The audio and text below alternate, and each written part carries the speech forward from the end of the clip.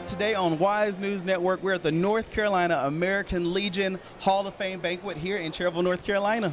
Yes, and tonight our very own Danny Eaker, who's been in the press box for 35 years, is getting inducted tonight here at the First Baptist COC. Very well deserved. A lot of great people here, going to have great food. Stay tuned. It's going to be great. I'm Rusty Wise. And I'm Jermaine Gash. And from the Wise News Network, we'll see you later. For those of you that are still eating, we're going to start the program. I want to take this opportunity to thank First Baptist Church of Cherryville for giving us this facility and furnishing this food tonight. I want to thank my pastor, Dr. Vince Hevner, and all the volunteers that have cooked the food, prepared the food, and have worked to make sure that everyone gets a plate. But with that said, thank you very much. With that said, I would like to take this opportunity to welcome all of you here tonight. We have such a large crowd, and Cherryville is always happy to participate in these events. Tonight is a very special night for us because one of the inductees is from Cherryville, and we are so proud of Mr. Danny Eaker, who's here. And I know that I was talking to the committee chairman, Mr. Jerry Hudson, and he told me that this was instituted in 1967, and we now have 257 members of the North Carolina American Legion Hall of Fame. And let's give all those inductees a hand. And tonight we'll be adding 6 more to that total, which will be 263 at the end of today's festivities. So thank you for coming to Cherryville. We're so glad to have you. We hope you enjoy your stay here and come back anytime, because truly life blossoms in Cherryville. I'll now turn it over to Mr. Hudson, who's chairman of the inductee committee for the North Carolina American Legion Baseball Hall of Fame. We're here tonight to honor our inductees. First of all, I'd like to recognize some people. First of all, I would like to recognize our state baseball chairman, Mark Cobble.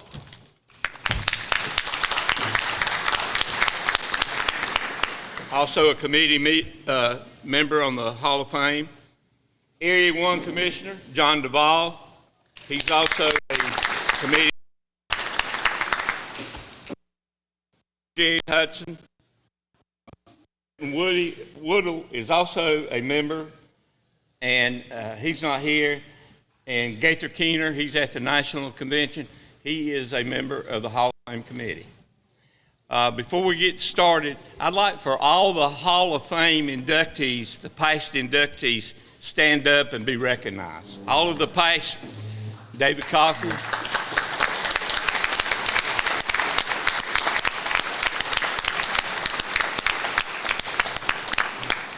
Thank you guys, you worked hard, well deserving. Now, the hard part is to recognize some people, and I hope don't leave anybody out. The first person I'd like to recognize is this lady right here. Vice Auxiliary President, North Carolina Auxiliary, Jill Pewitt. I could not have put this together without her. She is instrumental in the American Legion program. Thank you, Jill.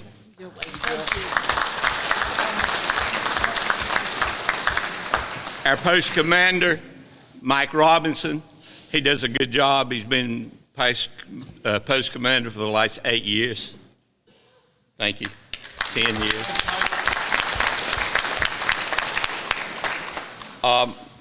I would also like to recognize the past commander auxiliary ladies. Can you stand, please? Marie?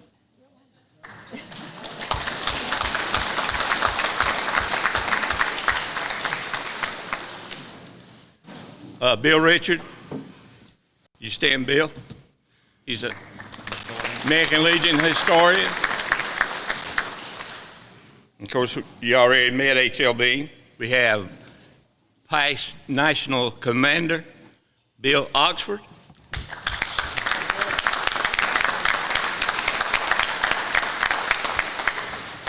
Past Commander David Shore.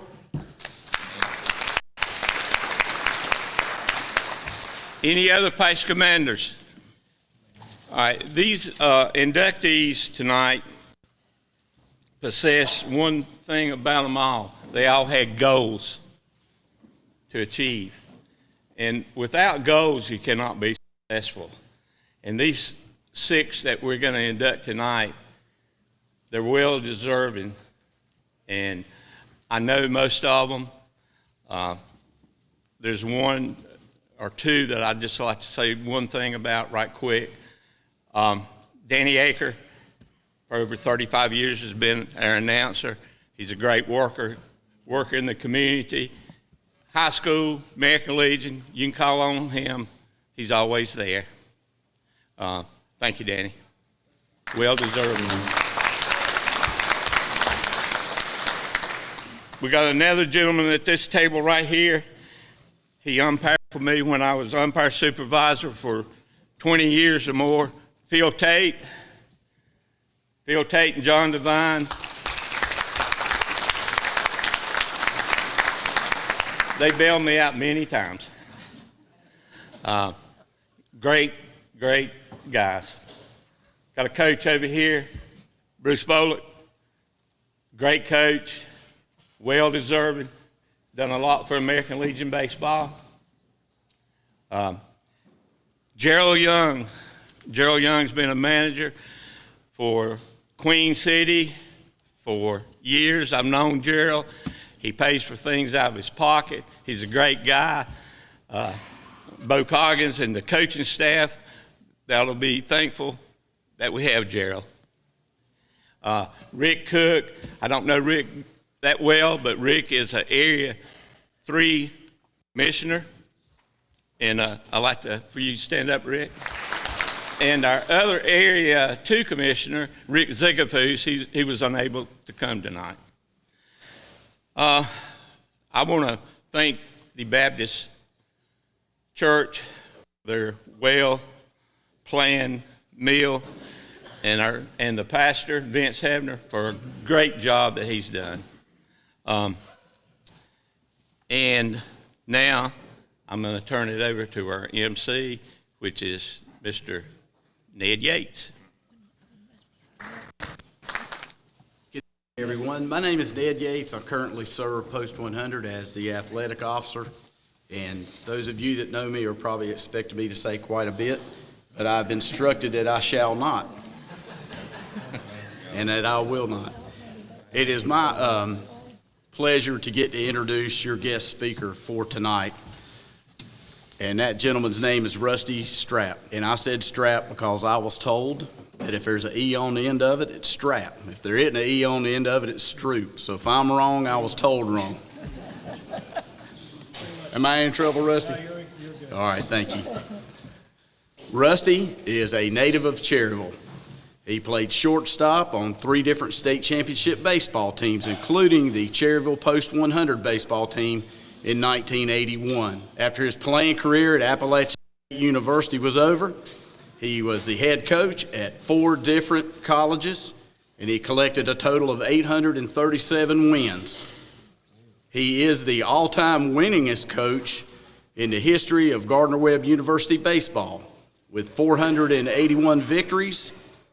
He has coached 16 All-Americans, and 3 of the ball players he coached went on to play in the major leagues. He received several Coach of the Year awards during his coaching career.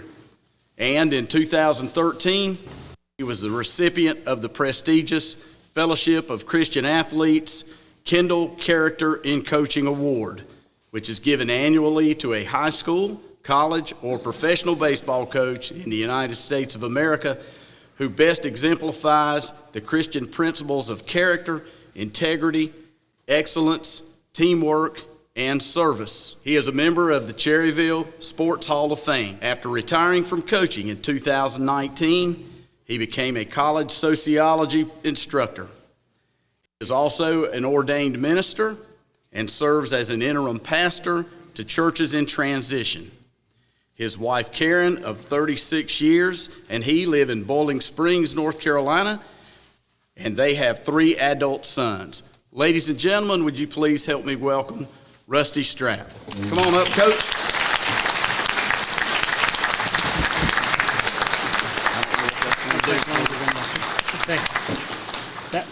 That took longer than I'm going to speak. I was thinking a few moments ago about what I was going to say, and I'm not going to really use these notes. I could throw them away because I got in mind what I'm going to say, which usually means you're going to talk a long time, but not so much. Do I need to get closer? Okay. Try to stay closer. I am known as a loudmouth, so I don't want to stay too close. I was thinking I was going to tell you about the greatest day of my life. And then I realized that hadn't happened yet.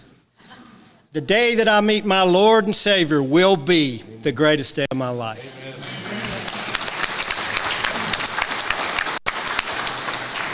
But August 16th, 1981 is a close second, okay? Because I woke up that morning, I'm still trying to stay close to this thing. I woke up that morning, had breakfast, took a shower, put on my coat and tie, because that's what you did to go to church back then in 1981. I went to Sunday school, went to church, came home, had lunch. So far, it sounds like a regular day until you know that after that, I took off my suit and put on my uniform and got in my Datsun B210 and drove over here to this parking lot to play the championship of American Legion against Snow Hill. Now, as I was riding to the field, I had a good feeling. We were up 3-0, and it's a best of 7. I was thinking by the end of this day, we will be state champions. So this is for folks from Cherryville. I know all of you aren't, but who remember this. It's going to sound exaggerated, but this is true. We had a special place to park, which is now the intermediate school grass, I guess, because the Baptist parking lot was already full, not from church. It was over from fans who had already gotten to the field before we, the players. So when I got out of my Datsun B210, there was this long line of people that you passed, and every one of them that you passed gave you a cheer, called you by name, made a tunnel as we entered the stadium, and I thought, I have died and gone to heaven. And so I came in, and there's people already in the stands on this, one of the greatest days of my life, and I see these banners up on the side of the old Nixon gym. We didn't have a fence there then. That was the fence.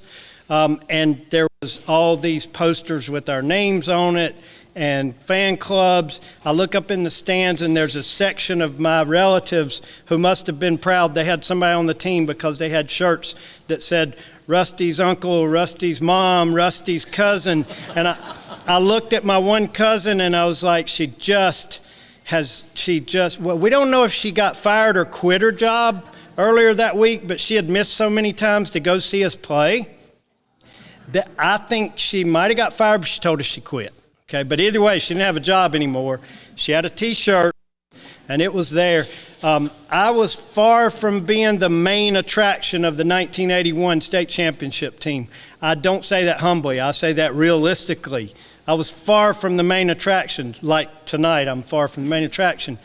But on that day, it just happened to be that the stars were lining up. We got off to a lead, and in the 7th inning, I was able to hit my first and only home run of the whole summer in the 7th inning of the last game of the state championship.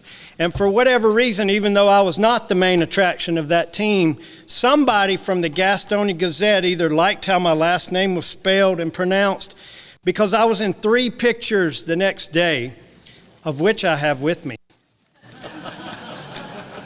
One was when the game ended. I'm going to come back to the one about the home run, because somehow this guy got on the field. I don't know how that happened, but I'm glad he did. But after the game was over, the picture of my best friend and neighbor, Ken Alexander, are hoisting Don Sane on our shoulders, and it says State Legion Champs. And then a few minutes later, we hoist the you can't see this, just take my word for it, the championship banner, and I'm on Kent's shoulders, and John Warlick's next to me, and we're state champions. So the other picture happened when I hit the one and only home run. The other thing about that home run that I'm reminded of, and I asked my mom to make sure she remembered this correctly, my dad had promised me all summer long that if I would hit a home run in the Legion game, he'd give me $50. And so after the game, after all the hoopla, I was like, Dad, he goes, I got to be honest, I haven't carried $50 with me all summer. I didn't think you could hit one out. So there is actually really at home a picture of Dad giving me a $50 bill in our driveway because he had to go in the house to get the money. He didn't believe I would ever hit one. And to be honest, neither did I. I look back on that, and that afternoon and afterwards we all eat at the Triple H, and then we prepare to get ready to go to Lynchburg. And I look back now, and I think that August 16th, 1981, might have been one of the best days of my life. And the reason why? American Legion baseball. I was fortunate enough to be with a group of brothers, teammates that became brothers, coaches, but more than that, not just that, I became part of something that united and bonded an entire community. And we couldn't even figure out why people were cheering for us as we walked in. I know now why. Because baseball, other sports too, but I think especially baseball, brings us together. And we were brought together by the values of American Legion baseball. And don't think I didn't remember them, because many years later when my youngest son was playing t-ball, they asked me to come one night and just help keep the kids from killing each other. You don't have to coach, just make sure they're not picking.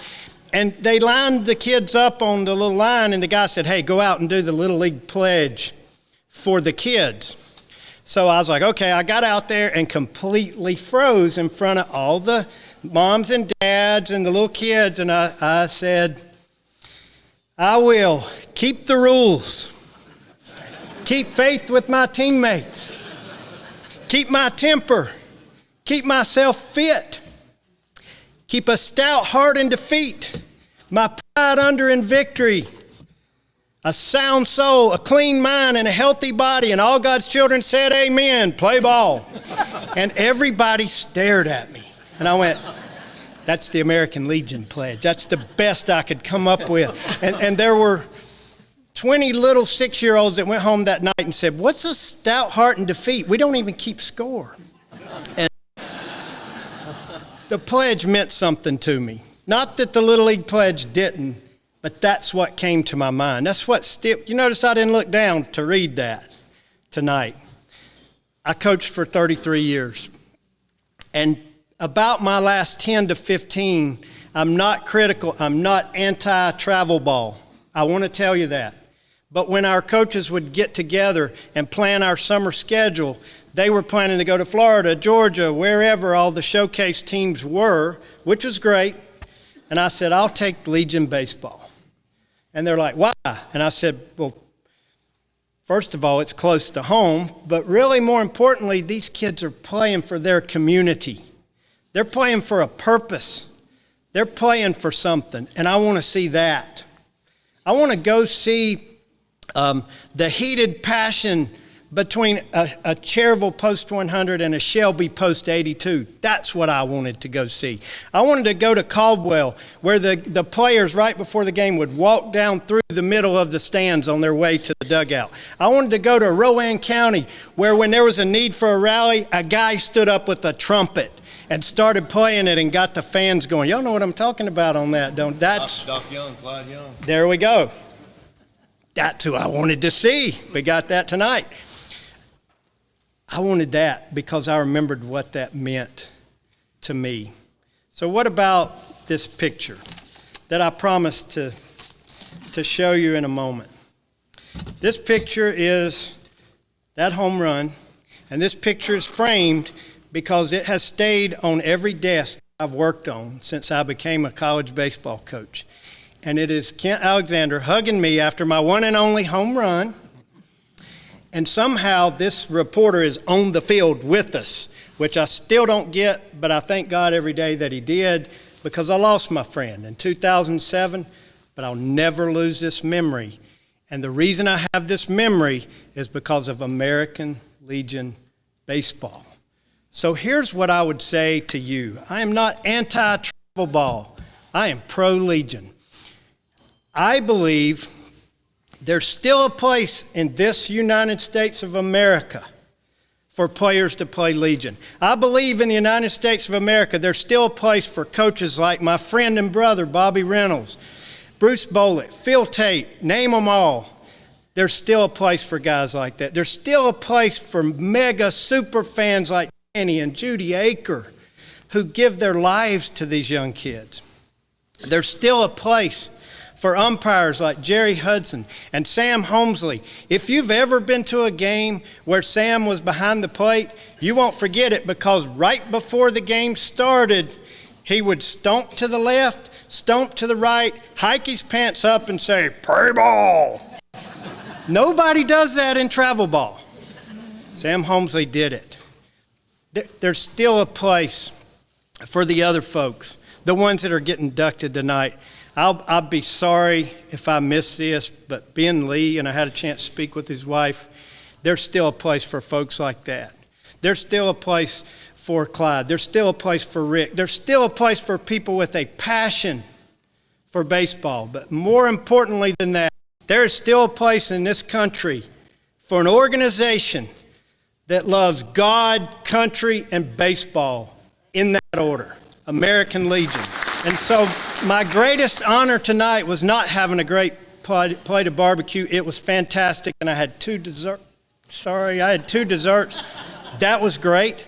But my greatest honor is that I get to say something that I have wanted to say since 1981. American Legion, thank you. God bless each of you. God bless the American Legion, and God bless America.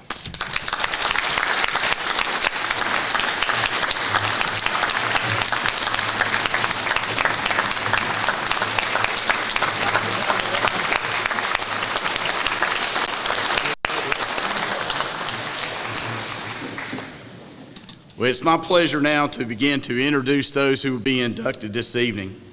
And first, we've got this in alphabetical order, in case anybody wondered what happened. And first, I would like to introduce Bruce Bolick. And to do that, for the coach, we're going to invite up here to the podium Hap Smith. Hap, would you like to come on up, sir? Thank you. It's my honor to introduce the first inductee tonight. Some of you wondering who the heck is that? I'm Bruce's sidekick, and came home to the area here after a 27-year military career and found myself in the Lake Norman area and wondering what I should do as a retiree. And American Legion baseball, I'm a product of, and played 1 year for Phil Tate in Belmont, and then later JV McGinnis and Puddin Broom. And I feel like, being a veteran, just like our keynote speaker said, what other program could you give back to? So I hitched my wagon to Bruce Bolick. I also played for Bruce's brother at Mount Holly, and the two of them were known as a baseball family. They came from the River Bend area, which produced a lot of great baseball athletes back in the day. River Bend Village was just a mecca for young guys playing stickball with bottle caps. Bruce will tell you that they used to do. That 54 team from Gastonia Post 23 that went to Washington, Bruce will tell you that that's how he became enamored with American Legion baseball, was listening to that national championship on the radio. So that's how he got going. And that's been almost, 69 years ago now, that in some way or fashion he's been involved as a fan of or participant of American Legion baseball. Yeah, local folks will remember that he was a multi-talented sportsman at old Mount Holly High and went off to play baseball at Chapel Hill. And of course, he played American Legion baseball in his youth, a year at Paul Creek and then a couple of years down in Belmont. Along the way, after his years at Chapel Hill, he became a JV coach. And that entered into his coaching career. And that coaching career has now spanned almost, again, we're talking about 58 years in baseball. And I know there are a lot of giants in this room, and I am just in awe of all the people who've dedicated their life to youth sports, youth athletics, and baseball. And Bruce is just another example of that. So a little bit more about Bruce. Goes off to Chapel Hill, plays for the Tar Heels, got drafted by the Reds, plays locally for a couple years, began his coaching career helping out there, or head coach of the JV team. And then he takes a position at East Lincoln back in 1970 and 71, fall of 70 football, spring of 71 baseball. So 32 years as a high school coach. You know, he continued to do that until about 2003. Again, another commitment to youth sports and youth athletics. He was a coach of American Legion baseball also in Belmont 1 year, and right here in Cherryville 1 year. And a lot of people don't know that fact. But he's been involved in Denver with Post 455 for 30 years now that the Post is fielded baseball. And he'll be the first to tell you, as we all know, humble coaches. There's not a great coach out there without a great support crew. And he would tell you that we would not field a team in Denver without his wonderful wife, Karen.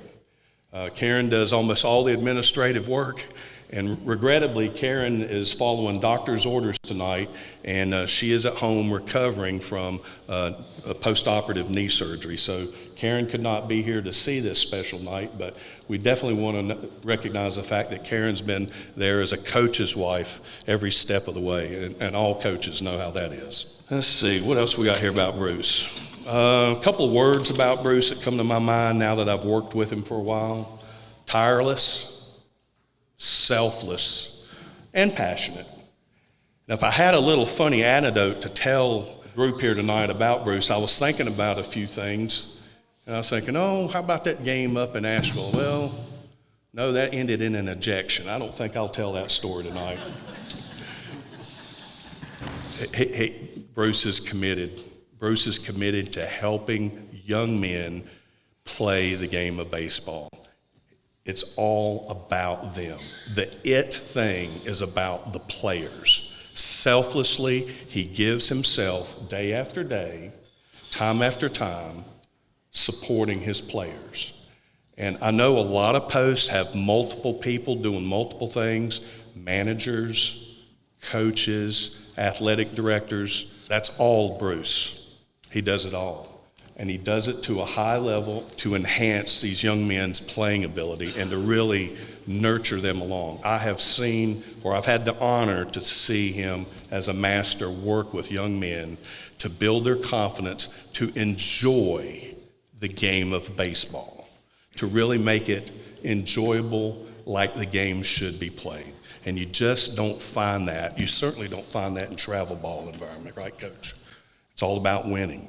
It's all about, they don't want to teach anybody, they want to field a winning team. Bruce is a huge transition or departure from that environment. I'll tell you a little bit more about the supporting cast other than his emphasis is on the coaching and developing of the player and the players. The boys come first. And he continues to build their scrapbooks to this day, cut the clippings out and send them off to the guys, write them and send them emails. Countless young men will respond back and say, hey, thanks, Coach, appreciate that. Even the ones that go off to D1, play Division I baseball, or the ones who go to work downtown at Lowe's. It's all the same. They're his boys, they're his players, and he takes ownership of them, and you just don't find that in the next generation down. Am I right, Coach? It is my honor to introduce a man who has devoted his life to the pursuit of helping young people play the game of baseball. I give you your first inductee tonight, Bruce Bolick. It's a pleasure to be in a room of baseball people. I'd like to congratulate the honorees here tonight. One of them has already been mentioned. Phil Tate was my role model when I was growing up to coach baseball. I'd like to say thanks to the selection committee, Jerry, and all the guys there who were doing that. Thanks to former Commander Bernie Kibling, who nominated me for this honor, along with the members of Denver Post 455. Most of all, I'd like to thank my wife. She could not be here. She's recovering. She's done a lot of the work, especially the paperwork. I'm a miracle to have graduated from North Carolina, so she takes care of me. And it's a huge honor, like I said, to be selected to this Hall of Fame. As Hap mentioned, I first got in contact with American Legion Baseball, and I told him not to put down any years, figure this whole thing out, how old I am. But anyway, when I was 8 years old, I was listening to the Gaston Post 23 and Jimmy Hall and those players, and I got attached to it. Several years later, my brother Wayne played 4 years of American Legion Baseball, started as a catcher for Paul Creek. And then I played 3 years as American Legion player, 2 at Paul Creek, 1 at Belmont, and have coached 31 seasons of American Legion Baseball. And I loved every minute of it, except the losses. And speaking of losses, I look over here to Rusty, and you folks can thank me and my team for getting them on winning their state championships. What was it, 79?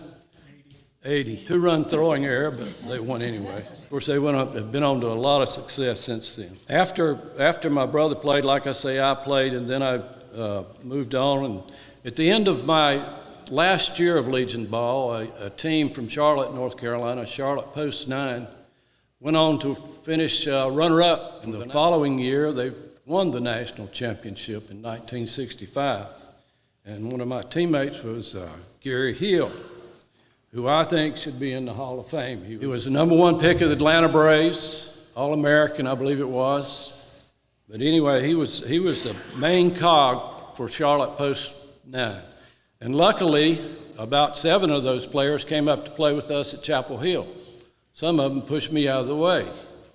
But all the same, it made us a much better team. Here's the thing about Legion Baseball, and Rusty's covered it. Players come from different schools to make up the team, which brings different fans to make up the fan base. And all of them bond together, as Rusty said. It's an amazing thing to see the fans go together when you've been at each other's throat during the high school conference season, and we're all pulling together for the American Legion baseball team. It's really, really a special thing. They sure pull together when we play American Legion baseball. And they hurt just as much as you do when you lose. It's just a bonding thing.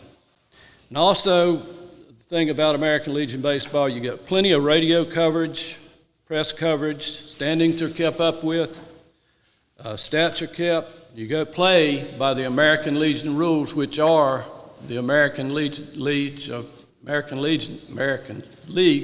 MLB baseball. Pre-game batting practice is taken every game. Infield, outfield is taken every game.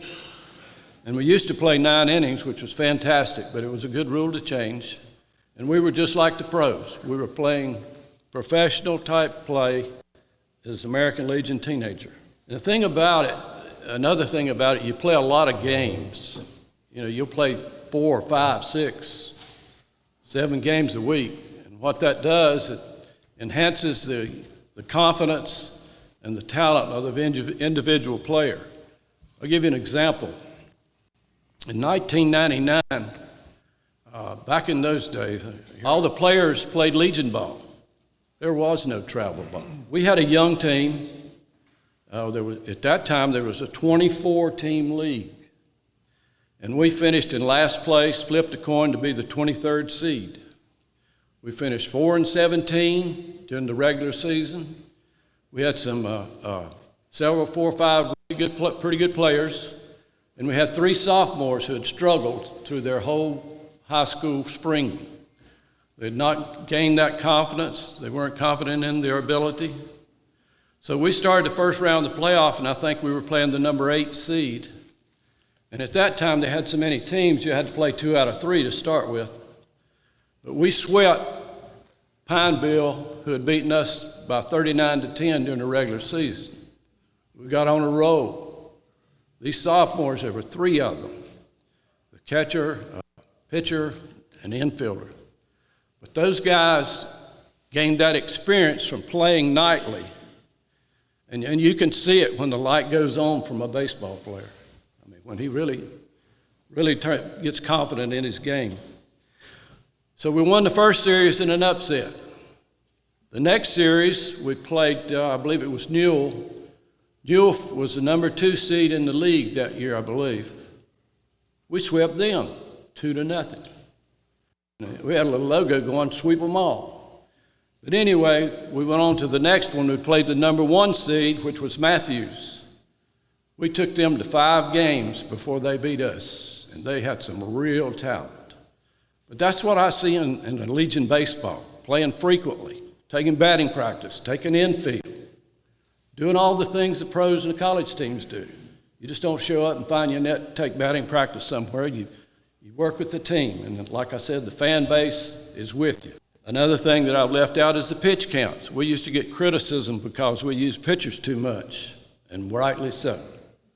You know, you throw too many pitches. But we've got the rules now, but I'm not sure that other organization Rusty's talking about has a rule like that. So we're being concerned or take care of our players. In 2013, we were fortunate enough to advance to the state tournament. Great thrill.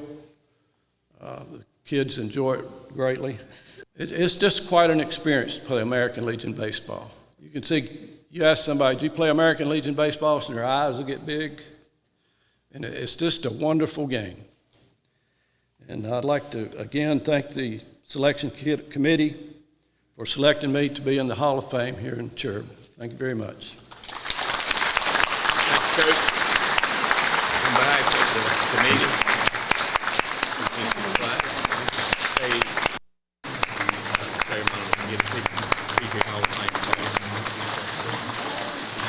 thank you. Y'all want to get a picture? Congratulations, Coach. And fans, at this time, we'd like to ask to come to the podium Jim Lippard. And Jim's going to talk to you about Ric Cook. Post 8. Did I get the right post? Yes. Coach? All right. Good deal. I remember the orange shirts. Good. Thank you for having me. And my old buddy Ric Cook out there. As a past member, I know the feeling that you guys are having by being inducted.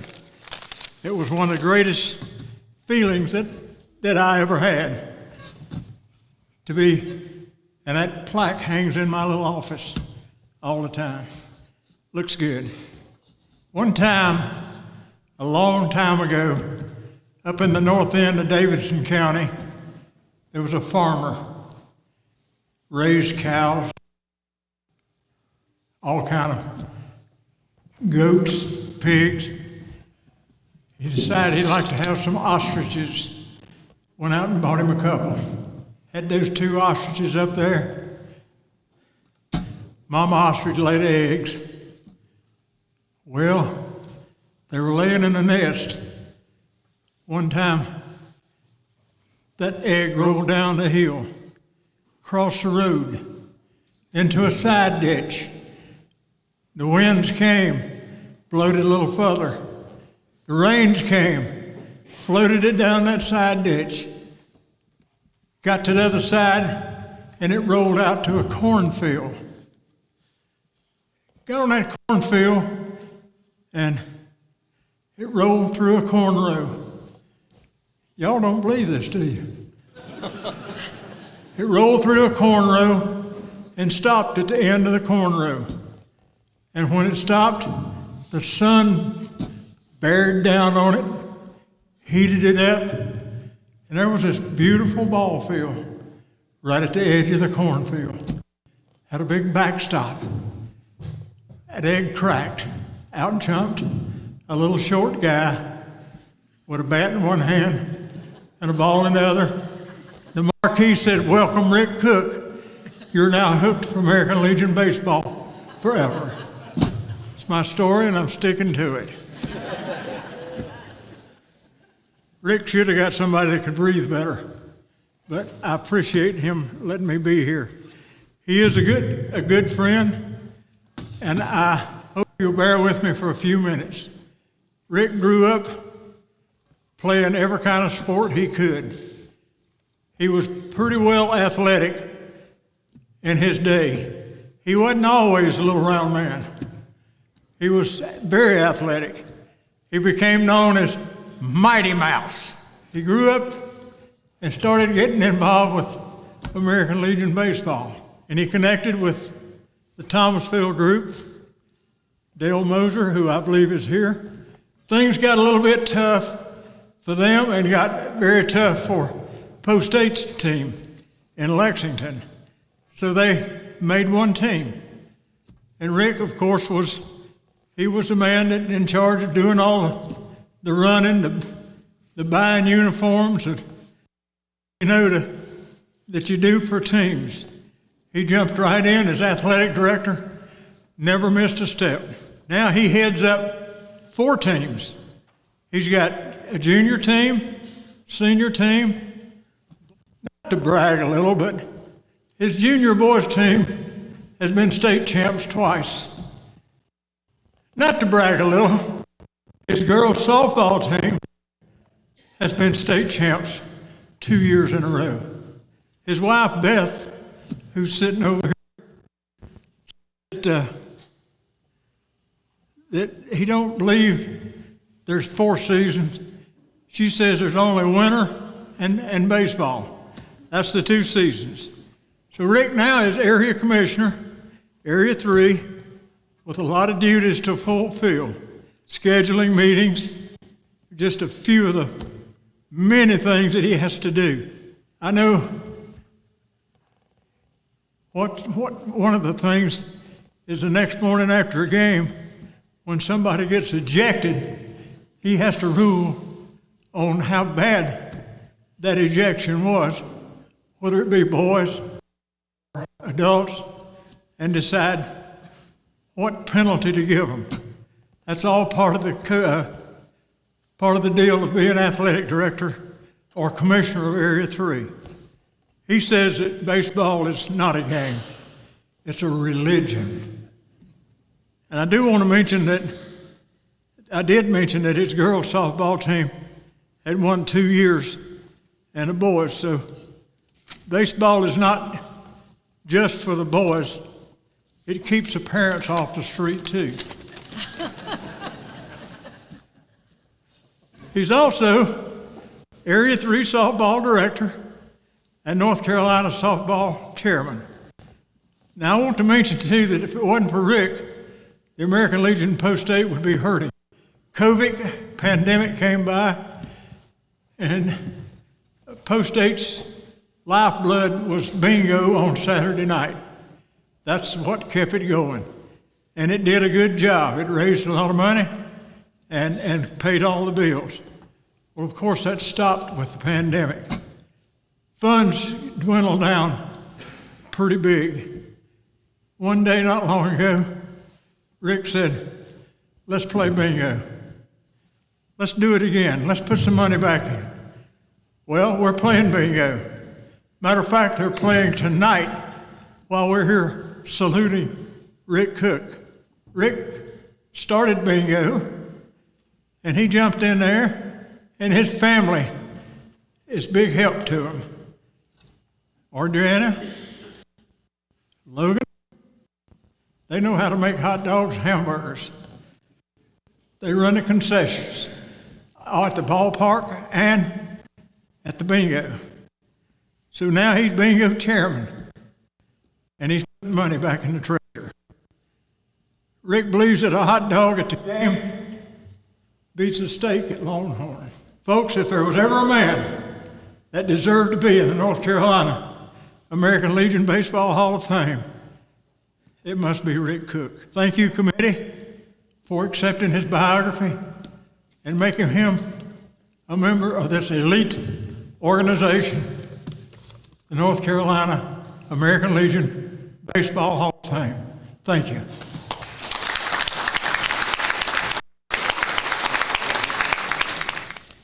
Thank you. I don't know how I'm supposed to follow that.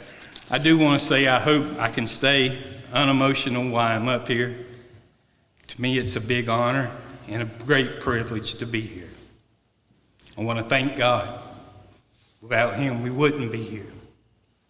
I also want to thank the Hall of Fame committee, Jerry Hudson, John Duvall, Gayford Keener, for electing me into the Hall of Fame. And I just want to give you a little rundown of myself and then thank a few people, and I'll get out of the way. I grew up in Yadkin County, went to Star Mountain High School, thought I was going to be a football star growing up.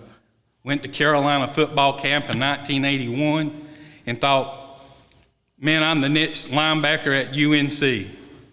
Well, I didn't realize then at 5'8" and 165 pounds that you don't play ACC football. The one thing that I did learn while I was down there, they were heavily recruiting Antonio Goss that went on to Carolina and then played in the NFL. Well, they were swooming him, bragging on him, and all this other stuff. And I don't know if any of you know, but when you go to a football camp, you do different events. They time you in the 40, long jump, high jump, everything else. So we get around to the high, or not the high jump, but the vertical leap part. Antonio goes, everybody's bragging about how high he jumps and everything. And then they call my name, I'm going up there and I'm thinking, why in the world am I doing this? But I get up there and I jump. We go to the awards day the next day at the football coach, Carolina's football coach, gives out the awards and everything, and they call my name out for winning the vertical leap of all the 16-year-olds there. And I'm thinking, Antonio Goss is here, how did I win this? So at that time, they called me up there, and I had a vertical leap of 48 inches, which beat him by an inch.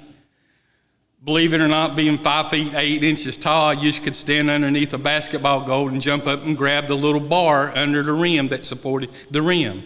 I wasn't much of the athlete that Jim said. I was all conference in football. My junior year, I led the baseball team at Star Mountain in hitting. My senior year in baseball, I got one hit. You could have thrown a volleyball up to the plate or a beach ball up the plate, and I wouldn't have hit it. But I did steal 48 bases that year. That's when you could still run for the pitcher and the catcher in the same inning. Our pitcher batted second, our catcher batted seventh, so I would run twice in an inning sometime and steal bases for the team. Well, after that, my senior year, I tried out for American Legion Baseball. Went down to Moxville because Yadkin County didn't have a team at the time. Coach Dale Limes, if a lot of y'all know that name, coached American Legion Baseball for a long time and coached at Glenn High School. He was the coach. I got cut. That was my senior year where I didn't hit a baseball. So after that, I started coaching and doing other things. So that brings me to where we're at now. I want to thank my wife. Without her, I wouldn't be here. I want to thank you for taking care of the family, because there was nights that I wasn't at home. I want to thank you for understanding and always being there. She cooked some mean hot dog and hamburger at the ballpark. She cooked a mean hot dog and hamburger at the concession stand at bingo and then helped out other things at bingo. But without her, I wouldn't be here.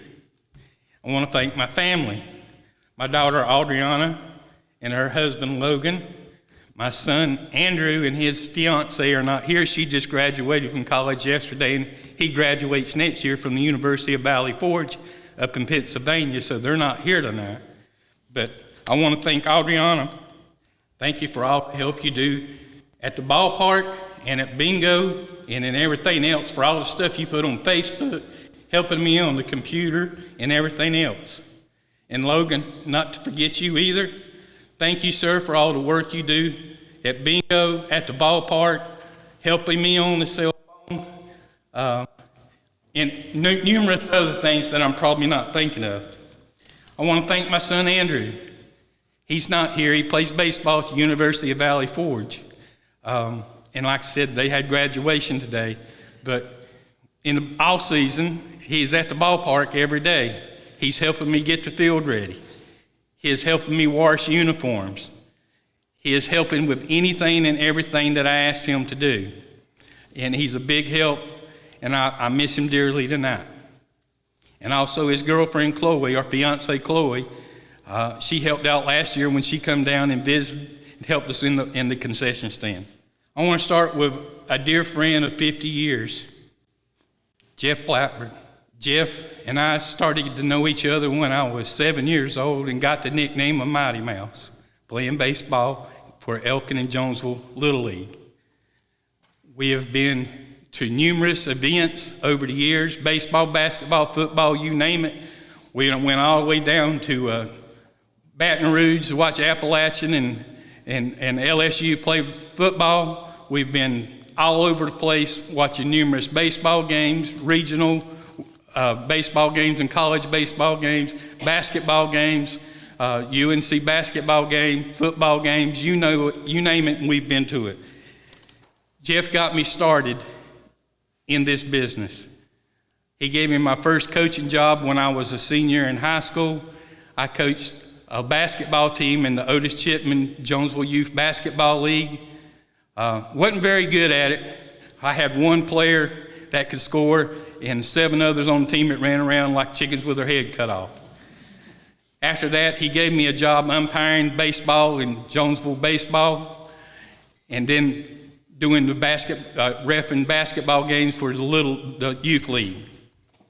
I just want to say thank you, Jeff, for all you do. I appreciate it, and I can't say how much I appreciate all that you do for me. They say lightning doesn't strike twice, but it does. Del Moser and I met 2000, I think it was. Our daughters started playing t-ball together. Del come up, introduce himself. We started coaching together. We started out with middle school. Then we started high school league team. We played Palomino baseball over in Greensboro. And then around 2003, Dale comes to me and says, Rick, do you want to make money or do you want to help kids?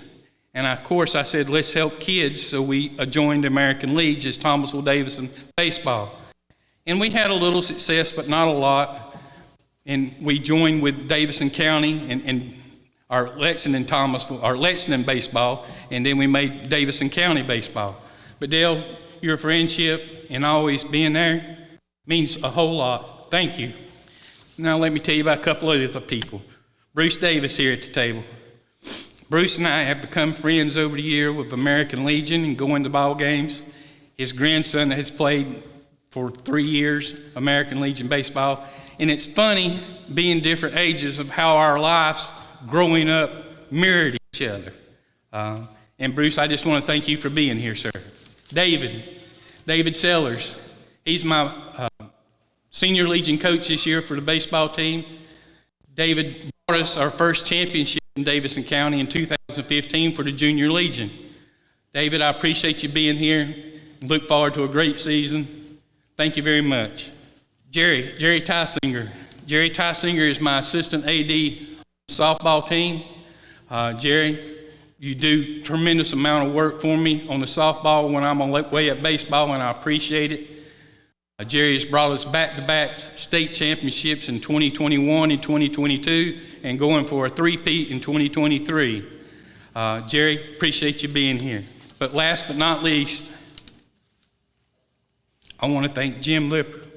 Words can't express the gratitude that I have for you, Jim. You and Ann are like family. You've always been there, always are there, to answer a question, to help me with a problem. And I tried to keep doing what you did for 31 years. I appreciate all that you do each and every day. Appreciate the nice words you had to say before tonight. In closing, I just want to say thank you. Thank you to American Legion for letting a short, round guy that loves baseball enjoy baseball as much as I do.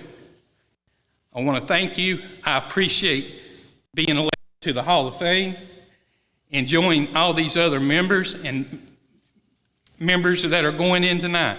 Thank you so much, and God bless you.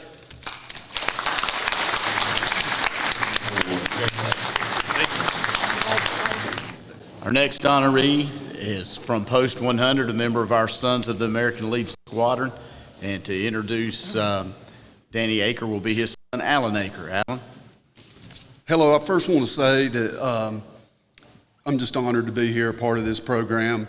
And my first memories are of my cousin Kent and Rusty and that team in the 80s.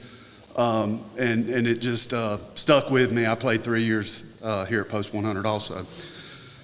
My name's Alan Eaker. Some of you may know me, but I'm sure most of you have heard our next recipient either on the radio or over the speakers across the road at Fraley Field. Dad told me a little bit ago that this introduction needed to be short. So the 10 pages that I prepared, I've cut in half to 5. There's so much that could be said about my dad, but I guess I'll start with that he played American Legion baseball in 1959 to 1961 for Cherryville Post 100. He was a catcher on some great teams at that time. In the late 1980s, he took over as the public address duties at Memorial Stadium for the great Ronald Scoot Kaiser, calling high school and American Legion baseball games. He's still doing that today, 35 years, I believe. In the early 1990s, he started helping Calvin Hastings at WCSL radio, broadcasting games, and is still doing that today also. One of the greatest things that I've learned from my dad is if you're going to do something, give it everything you have. Do it the right way, and don't ever take shortcuts. I can't think of anyone that is more deserving of this honor when I think about all the accomplishments that he has done, not to mention the many sacrifices and things that he has missed over the years, being at the ballpark to announce and bring the folks of Cherryville and the surrounding areas these games. My mom jokes about her summer vacations being at the ballpark, hopefully at a state or regional tournament, but I'm sure she wouldn't have it any other way. My sister Valerie and I are glad that he didn't start doing this until after we got out of school, because we sure loved our beach vacations. I had a lot of stories that I wanted to share with y'all, but I'll only give you a few. I remember Dad going with me one fall to Oklahoma when I was fishing a national tournament at Lake Eufaula. We were driving through the state park when something walked across the road in front of us. Dad said, "That's the biggest deer I've ever seen." I said, "Dad, that was an elk."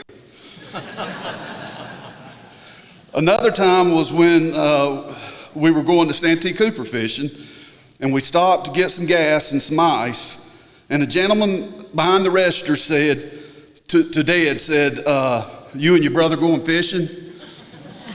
I told Dad, I said, "You know that man was about blind." But what I know everyone can see is how much my dad deserves this great recognition and honor. And I'm blessed to introduce you to the next inductee to the North Carolina American Legion Hall of Fame, my hero and my father, Danny Tate.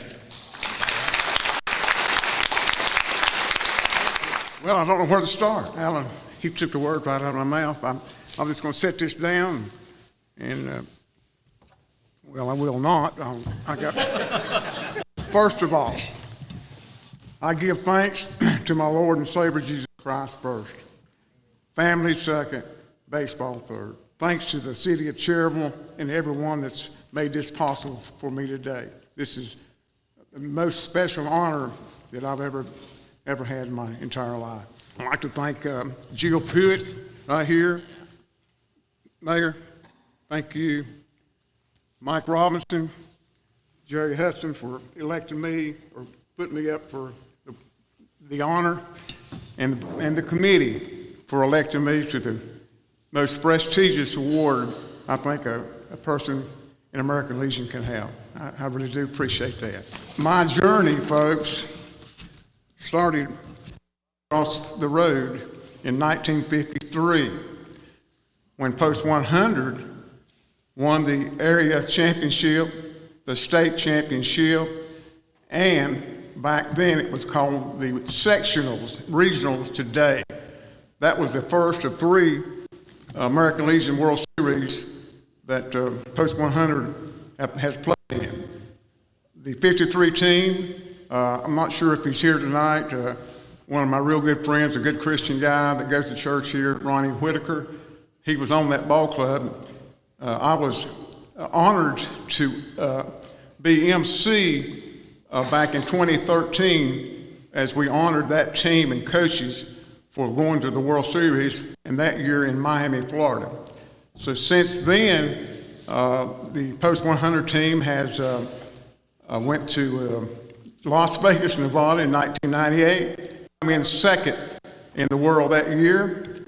And in 2003, 5 years later, made it again to Bartlesville, Oklahoma, where that's when my radio calling games started.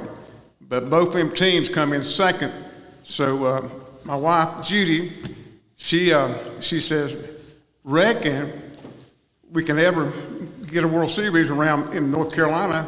Well, that happened, and reckon the team can at least get me 10 miles over the road to another World Series. So, but anyhow, right quick, I do want to mention my family right here in front of me. Thanks to my son, Alan, my grandson, Noah, my good friend, Ken Link, Troy Thomas, and my beautiful sister, Pam Anthony. And I'm not leaving you out, Judy. My wife of almost 59 years. She stood by me, folks. She's just done a little bit of everything, helping out the American Legion program. She's a trooper, folks. She really is. I couldn't do it without her. She's been my music lady in the press box for over 30 years. And it's going through some problems now. I can't get in the press box no more. But she's right on the sidelines, rooting the team on. She's done a little bit of everything for American Legion baseball. She sewed up uniforms. She's made cakes and pies and took care of the boys throughout our career from actually 1987 until the present time. But I do want to thank you, Judy, so very much. Like I mentioned, we went on to the World Series that year. We had 3 spots in the World Series. In 2003, I had the honor to do the radio with Calvin Hastings with KTC Broadcasting. I never had done radio before, and we brought the games back to Cherryville. I never thought that I would be as involved as I am today with American Legion Baseball. I'm so proud to say I'm still involved, as Alan alluded, and I still to this day have made wonderful friends all around the state of North Carolina. I've met the dignitaries, they know me, and they're just like everyone else. They just wear a different hat. But thank you guys for having faith in me and giving me this great honor. I got involved at working the press box, as Alan said, back in the mid-'80s, and not knowing that I would still be doing this today. We hosted the 1985 regional tournament. We did so well that year that they gave it to us again in 1990. And we hosted it one more time. The Puerto Ricans were here in '85. They were here in 1990. I had to go to Cherryville High School, folks, to take a class trying to speak Spanish. So I went 2 days and learned a little bit about Spanish, came back and called the names out, and nobody that spoke English knew if I made a mistake or not. The kids got on the bus to go back to their motel, and the driver opened the door, and I didn't know what he was doing. And the Puerto Ricans, that is, they said, "Sir, you did good, sir. You did good, sir." So I reckon I did that year. But anyhow, I've been in the press box ever since 1985, 87, and today they've honored me for the great things that my wife and I have done for American Legion Baseball. We're ambassadors That's what we are. We're just ambassadors. We just try to do the right thing for the kids. The young men in the 80s and 90s came back to Judy and I and said, thank you for believing in us, patting us on the back, and telling us that you love. We told them we love them. Some of them looked at us right funny in the beginning, maybe never had heard that before. And after 10, 15, 20 years, they come back, and everything we've done, folks, has really paid off. That's the reason Judy and I have stayed in the program as long as we have. And just like to thank all you folks. Judy says that I'm not going to retire. She said if I do, they'll be putting me in the ground. So anyhow, I'd like to mention Troy Thomas Jr. here, Ken Link, and John Porter, my good friend, David Kaiser. There's Mike Powell, and my good friend Richard Walker. Folks, he's probably the key writer of sports in Gaston County in the state of North Carolina. He's on the American Legion committee in Shelby. He does a great job over there. He and I talk about every other day about baseball or something. But I wanted to key on the World Series committee for the great job they've done throughout all these years. Folks, if you haven't went to Shelby Computer Stadium, Veterans Field, I'd like for you to go. If you do not like baseball, I assure you, you leave there, you'll want to go back. It's a great place. They do a great job. When the last game in August ends, they start to work for the next year. And they do a wonderful job. There's always something going on. You'll have a parachutist come down, bring the first pitch out. You'll have somebody singing the national anthem every game. And I encourage you to visit there. And again, Judy, this award belongs to you too. I appreciate you, love you so much, and thank the committee for giving me this great honor. Thank you, folks.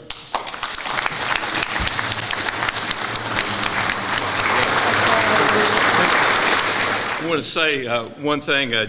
Area 1 Commissioner John Duvall a couple months ago called me and said some of the past inductees into the North Carolina American Legion Hall of Fame wanted to get a ring.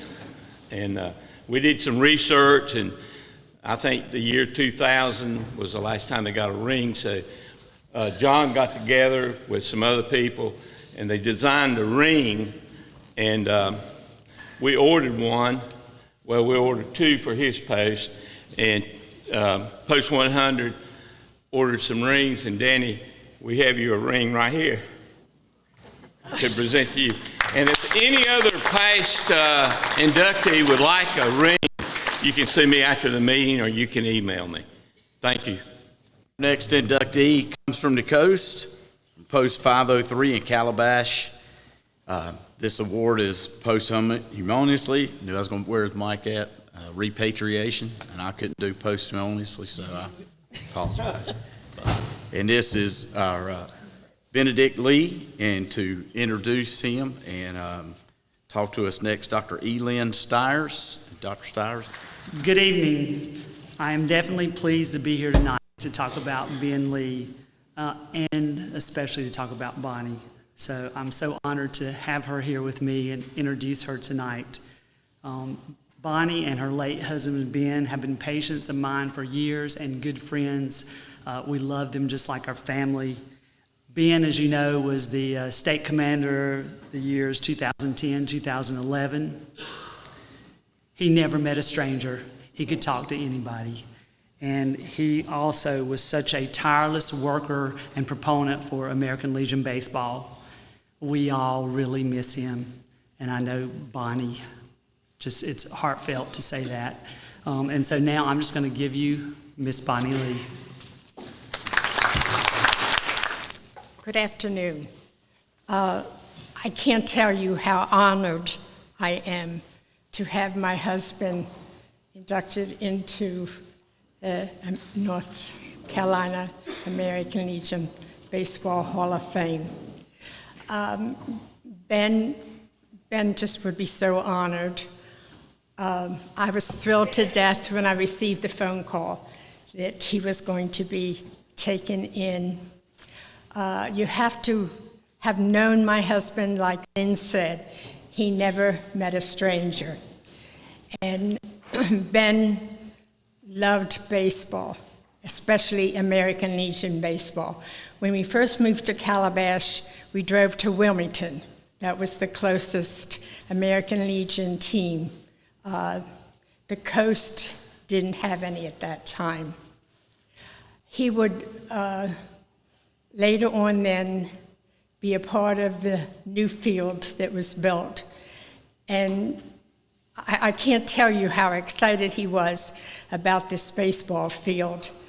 If he would go out and meet a stranger or meet somebody, and they'd say, Ben, he was known as Mr. Ben. Mr. Ben, where are you from? And Ben would say, North Carolina, the home of the World Series of the American Legion baseball. And he thought everybody in the world should know exactly where that was. But I think he was competing with me somewhat too, because I'm from Pennsylvania. And I don't know how many of you know that Pennsylvania has the Williamsport field, which is home of the Little League. So he was just a couple steps ahead of me. But we had 3 sons that played American Legion baseball. We had 1 grandson that played American Legion baseball. We had 1 son that coached American Legion baseball. So we definitely were American Legion family. And I can't think of a better way to raise sons than have them be a part of the American Legion baseball family. You not only learn the baseball, of course by this point you've learned a lot through playing school, but just the patriotism, the love, the devotion, and the love of God through the American Legion baseball. So enough of that. Right now I just want to thank the Jerry Hedrick family for seeing that I am here. I could never drive it from Calabash. I've reached the age that I don't drive that far anymore. So they have welcomed me into their home, and that gave me the chance to be over here. And I thank you so much for honoring my husband. I do miss him, but he was a great, great man. And I'd just like to say to all you inductees, congratulations. You past men that have been inducted through the years, congratulations. Coaches, thank you so much. Those that played ball, I think it's wonderful the way you can stand up here and remember who hit a home run, who did this, who did that. I can't remember what I did last week, but I think it's wonderful that this Hall of Fame banquet has been presented. And all I can say is keep up the good work. We need this, our youth need this, and this will be the future of our country. Thank you so much.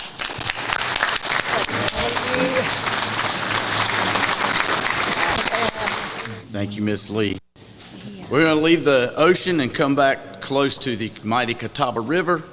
And I'd like to invite up here Roddy Edwards, who's going to talk to you about Coach Phil Tate. Roddy? Well, congratulations to all the new inductees this year for the North Carolina American Legion Hall of Fame. That's quite an honor.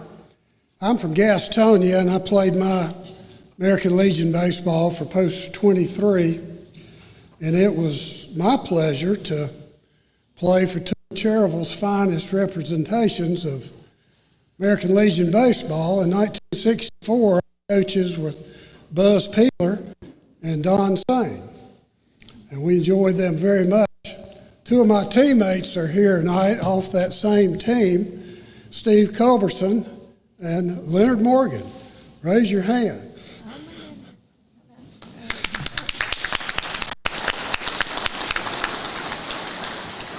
Well, I'm here to talk about Phil Tate tonight.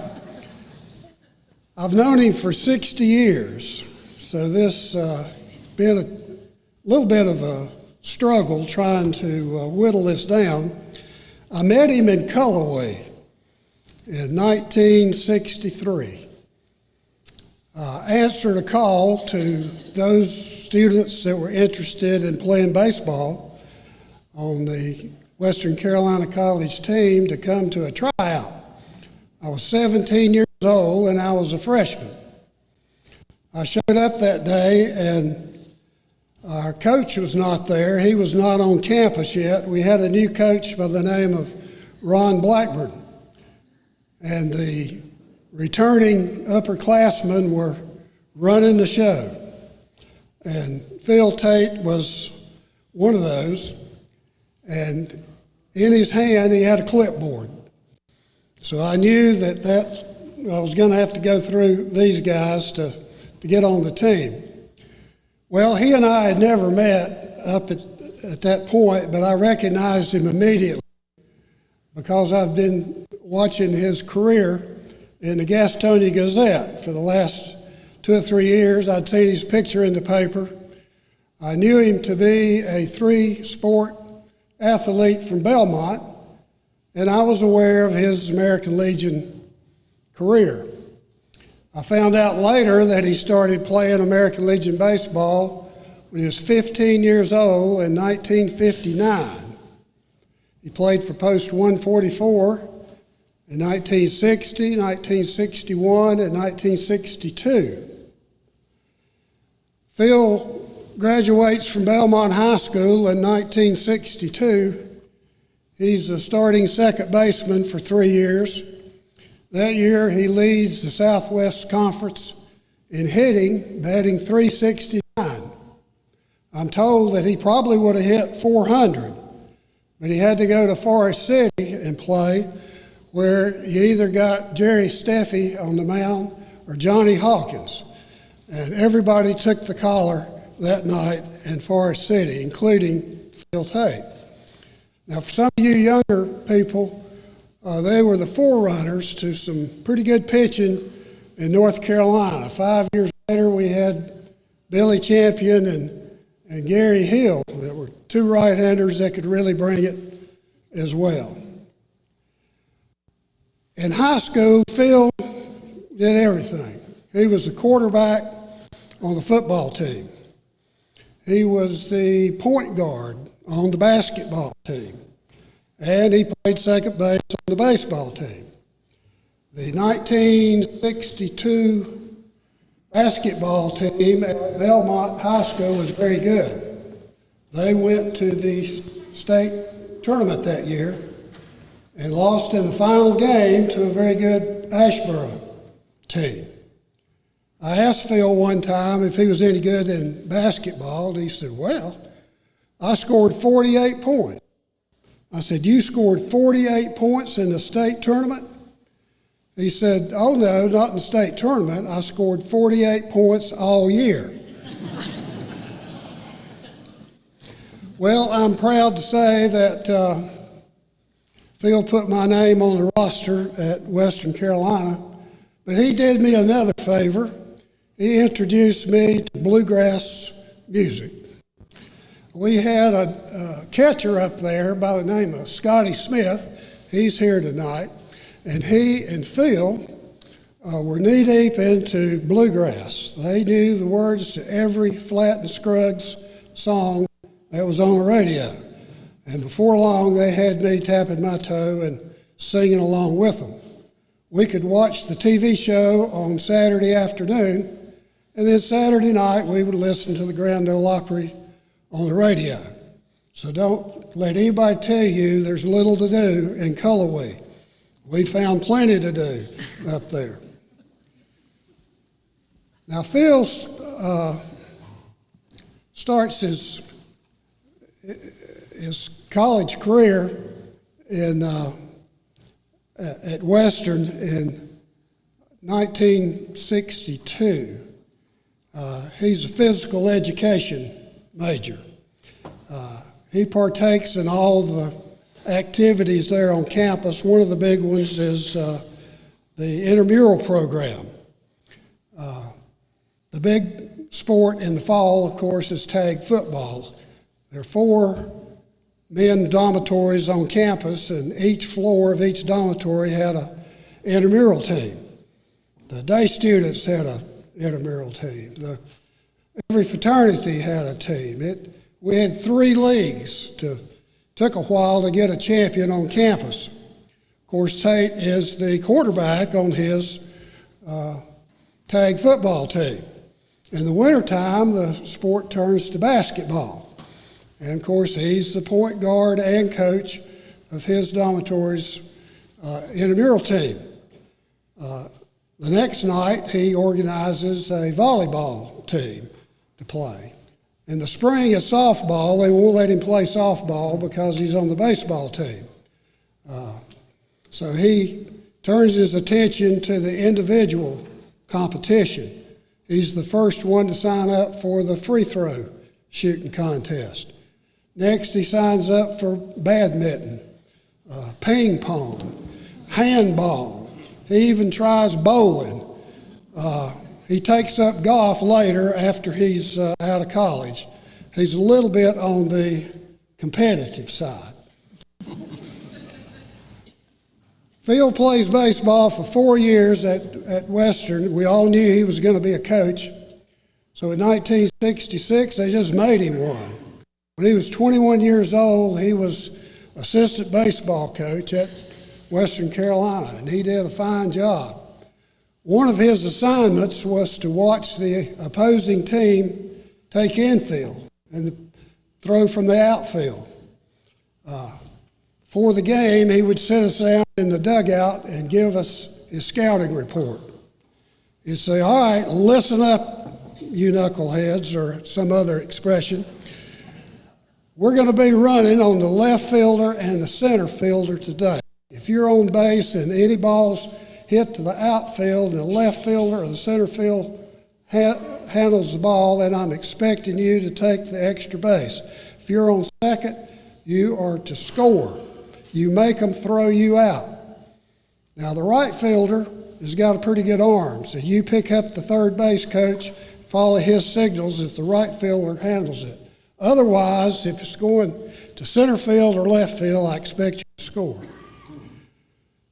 Now, today, the steal signal is going to be the open palm of the left hand. Anytime you see that, then you've got the green light to go. We're going to be running today because the catcher's got a good arm, but he's not accurate. You see, everybody focuses in on the catcher's arm, which is always good during infield when you're throwing the ball around, but not Tate. He's looking at his footwork. He knows the footwork is dependent on the accuracy, and he spots things like that. He's also one of the few coaches that will pay attention to the opposing team's first baseman. He knows the first baseman is usually in the lineup because of his bat and not because of his glove. When he spots that, he files that away for future use. You see, we may have to manufacture a run late in the game to try to win the game. Tate already has plays in his back pocket that will force a first baseman to field the ball cleanly and then make an accurate throw to a moving target, either at third or at home. 2 out of 3 times, we're going to win that one. He's a fundamentalist. All of his players are expected to have their head in the game, and they're also expected to win. Now, Phil finishes his career, and he comes back to Gaston County to start his Hall of Fame coaching career. He's also in the North Carolina Coaches, High School Coaches Hall of Fame. He starts out in Gastonia with Don Sain at Hunter Huss High School. He's there for several years. His summer job is coaching American Legion Baseball. He's an assistant coach for Post 23, and he gets a good lesson in coaching from Doug McDonald and the legendary J.V. McGinnis. In 1970, he returns to Belmont, which is now known as South Point. And he is named the head baseball coach at South Point. He has a slow start, but then he rattles off 9 consecutive conference championships, 3 of which result in state championships there at South Point. He's also on the coaches football. They have him coaching the defensive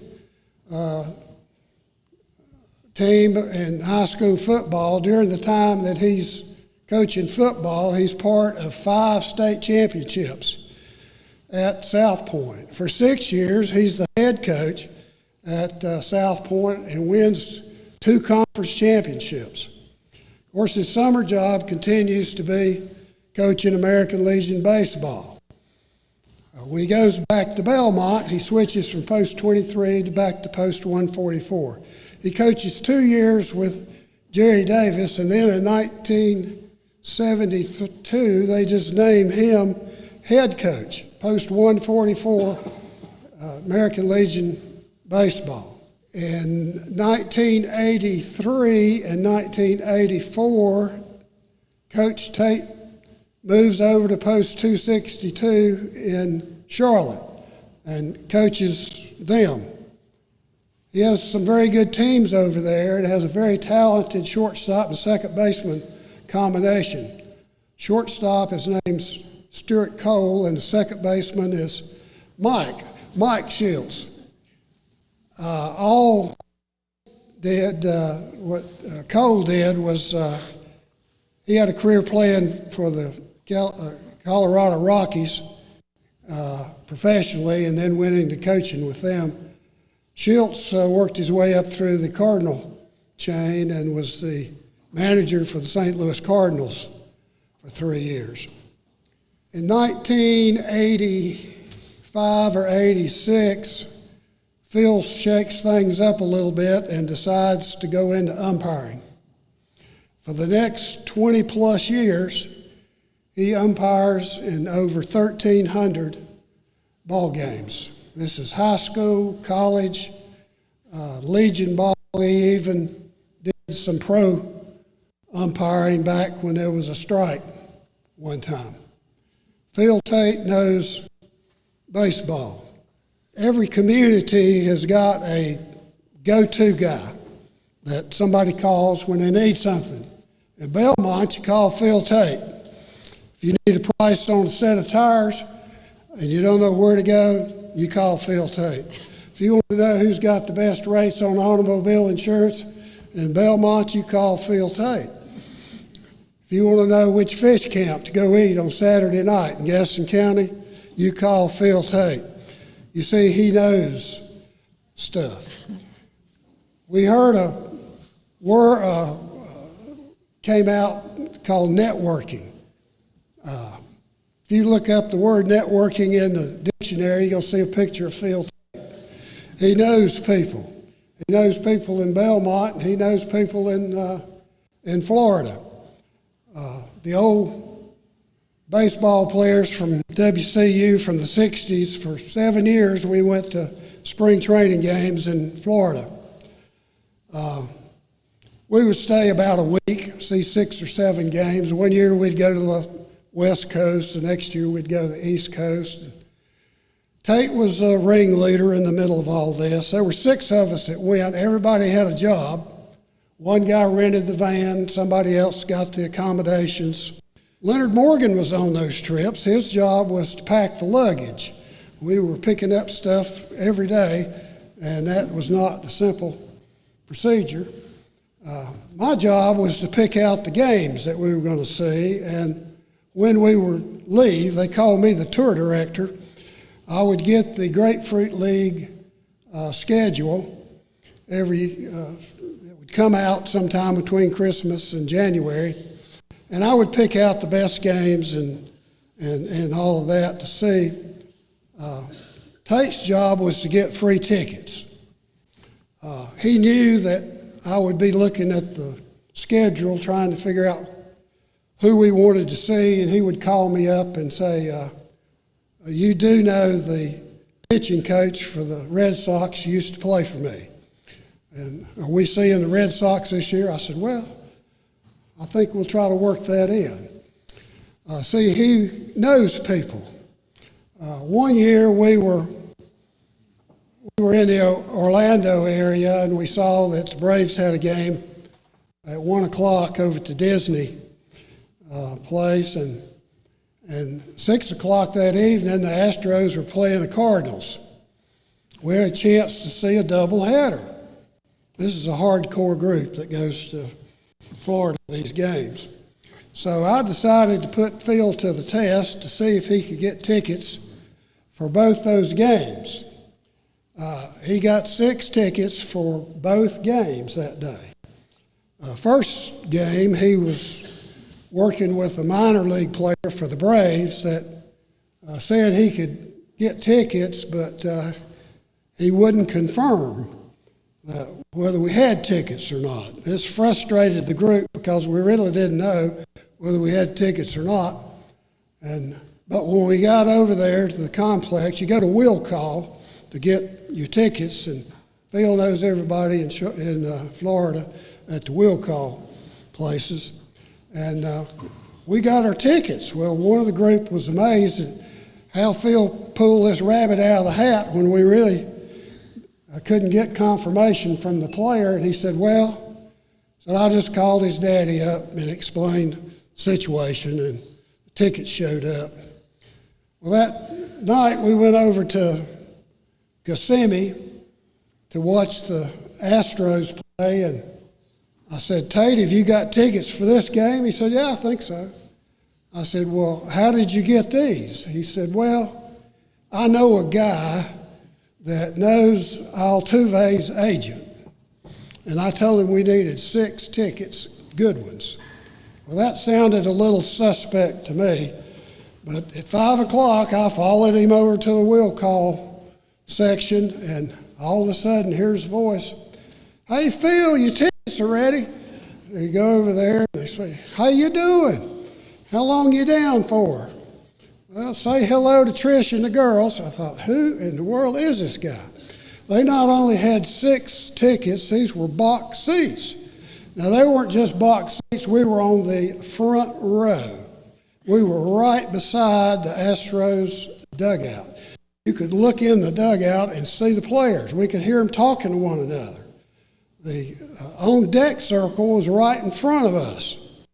Altuve comes out of the dugout, and Tate is thanking him for these tickets. Now, Altuve doesn't know who Tate is, but he knows those are his tickets. And he's trying to figure out who this group is. Well, about that time, the umpires come out on the field. And it's about time to do the lineup exchange and stuff like that. All of a sudden, Tate jumps up and hollers out, hey, Blue!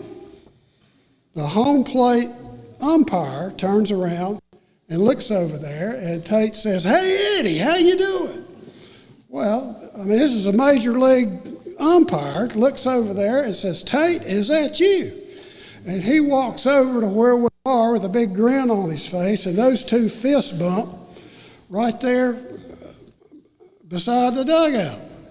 Now, Altuve is watching this along with everybody else in that reserve seat section trying to figure out who is this guy. Schultz was manager of the Cardinals. He and Tate used to text one another. Schultz is now the third base coach for the Padres. They still talk on the phone and text each other. Tate would watch the ball game, the Cardinals play at night, and the next day he would text Schultz a message where they would critique the previous night's ball game, what went right and what went wrong. Tate was not opposed to reminding Schultz to start the runners late in the game, stay out of the double play, and to tell those pinch hitters never to take a call third strike when you're up there pitch hitting late in the ball game. He's still coaching up his second baseman from 1984. How many people you know got Dabo Sweeney's cell phone number on speed dial? Phil Tate does. Did I mention to you he sings in the choir? He does. Let's hear it for Phil Tate, Hall of Fame. I'll be short.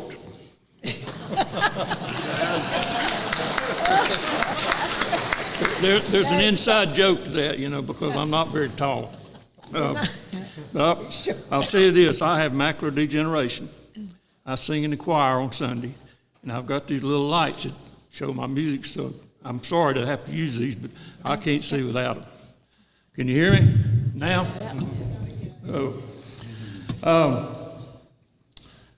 I began playing American Legion baseball in '59 for Post 144, continued all through high school, started at second base the last 3 years while working as a brick mason's helper 10 hours a day. Now, how many kids do you think nowadays would work 10 hours and be happy to go to the ballpark at night? I couldn't wait to get to the ballpark. I've always been that way. If you don't believe me, ask my wife now. And by the way, today is her birthday. Yeah. She's 39 today.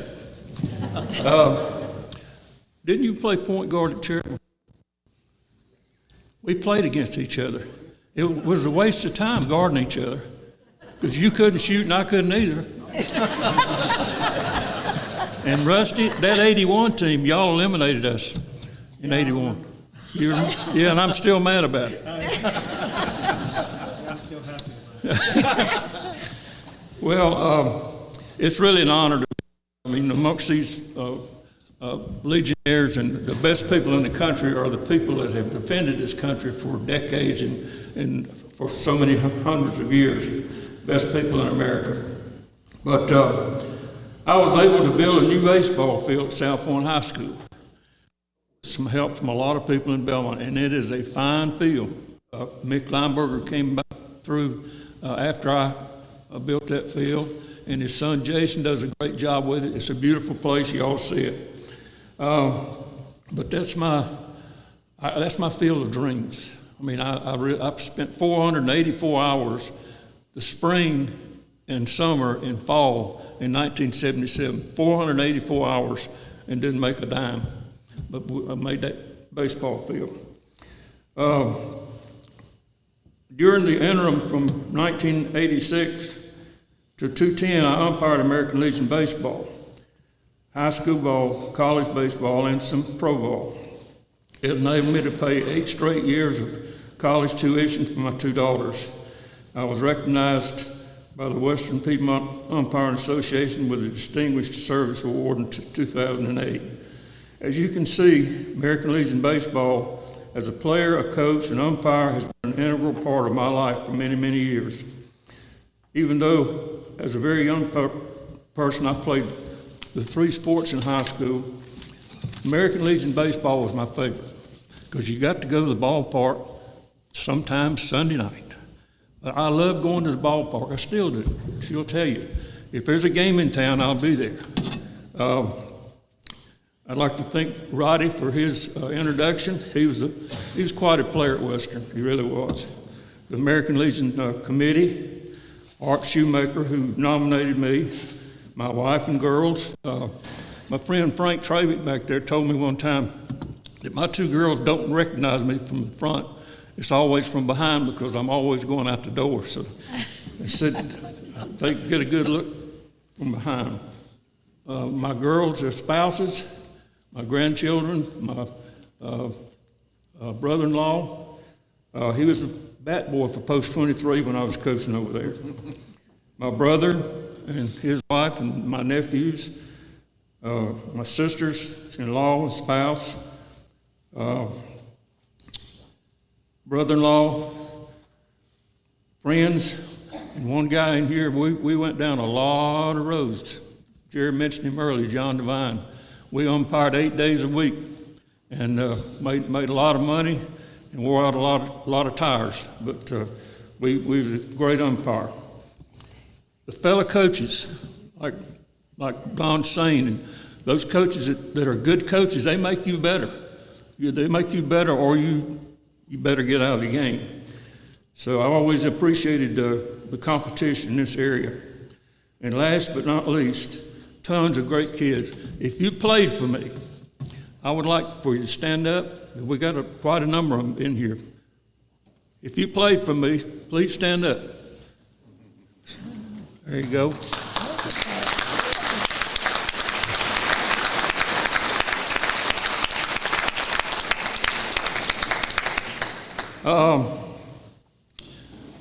It's been I've had a great life. I've had a great wife and family.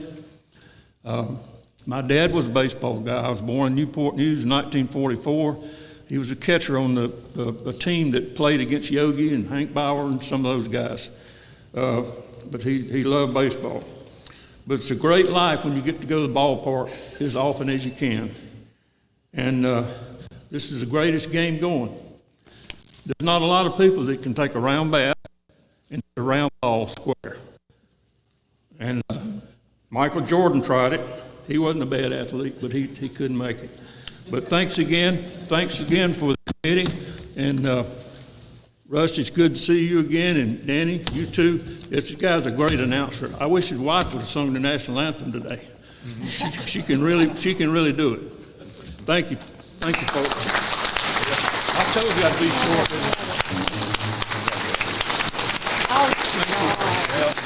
When your last name starts with a Y, you get used to staying to the end. My daughters had to learn that. It's my privilege now to get to bring up Coach Bo Coggins, who will represent the Queen City Mustangs, as he will speak on behalf of Mr. Gerald Young. Good evening, everyone. Thanks for having us over here to the wonderful Legion Baseball capital, Cherryville, North Carolina. Really privileged to be here to talk about my friend Gerald Young. Can't say enough good things about Gerald, but I'm honored to introduce him today for the North Carolina Legion Baseball Hall of Fame. Gerald joined Charlotte Post 262 in 1985 as a member, then became the athletic director in 1993. Directed the program to regular season titles in 2002 and 2007. Flash forward a couple years to 2011, Post 262 ended its relationship with the baseball program. Determined to keep Legion baseball alive in the greater Charlotte area during a time when travel and showcase baseball started to take a huge presence around the Charlotte metro area. Gerald went into his own pocket. Gerald started his own team, created his own American Legion baseball team, working with the folks in Raleigh, and started the team in 2011, and had a nice run, but this past summer had our best run in franchise team history, winning the Area 4 East Division regular season championship and finishing second in the North Carolina State Tournament at Campbell University. Legion baseball, which simply would not exist in Charlotte without Gerald Young. He's a great ambassador for Legion baseball, its values, and truly cares about his players, coaches, and parents. It's my honor to welcome Gerald Young into the North Carolina American Legion Baseball Hall of Fame.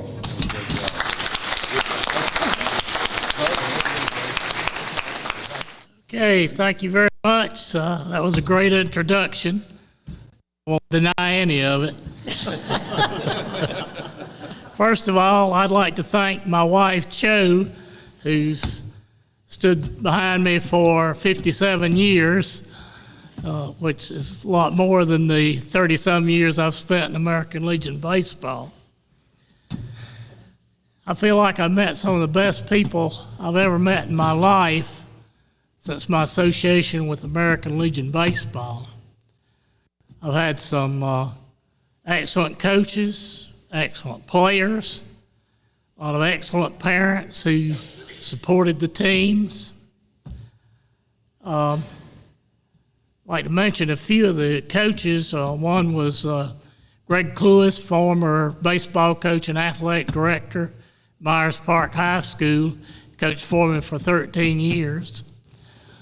Some others, one of them was Phil Tate, who coached for Post 262 for 3 years. And, of course, he had on his team Mike Schilt, who later coached for us in 1995 and 1996 and went on, of course, to be the manager of the St. Louis Cardinals. Mike is now the director of minor league operations for the San Diego Padres. Like I said, I've met some awfully fine people being associated with American Legion Baseball. I love American Legion Baseball. I don't think there's any finer youth baseball organization around than the American Legion. It teaches these players not just about baseball, but about how to live their lives. And what we've always stressed was good behavior, good sportsmanship. And of course, we love to win, but you know, sometimes you're also going to lose. But in the end, hopefully you can learn something from American Legion Baseball. And I'm just going to kind of wind it up here and thank all the various players, coaches, and parents I've been associated with, and of course all the North Carolina American Legion officials and the umpires that I've been associated with all those years. That's it.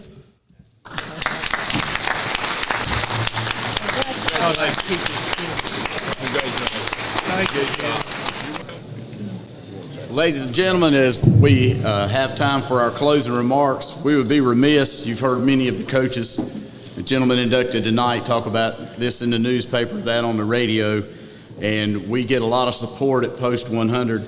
I want to recognize from Carolina Sports Hub, Richard Walker, from WLON, Mike Powell, the Cherryville Eagle, Michael Powell, John Alfaro from Alfaro Media Group, also Rusty Wise from the Wise News Network, who was here broadcasting this tonight.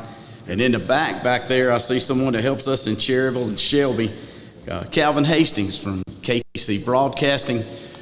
Many a Legion game has been broadcast in Lincolnton, Shelby, and Cherryville because of KTC Broadcasting. And so we thank our media partners a lot. Our auxiliary at Post 100 is incredible, our new Sons of the American Legion. So if you are ever a volunteer and you don't think somebody appreciates you, I'm one of those guys that appreciates you. If you're just taking up tickets or selling 50-50 tickets, everything, you know, it's a lot to do. So thank you very much, however you contribute. You got anything to say, Mr. Mayor?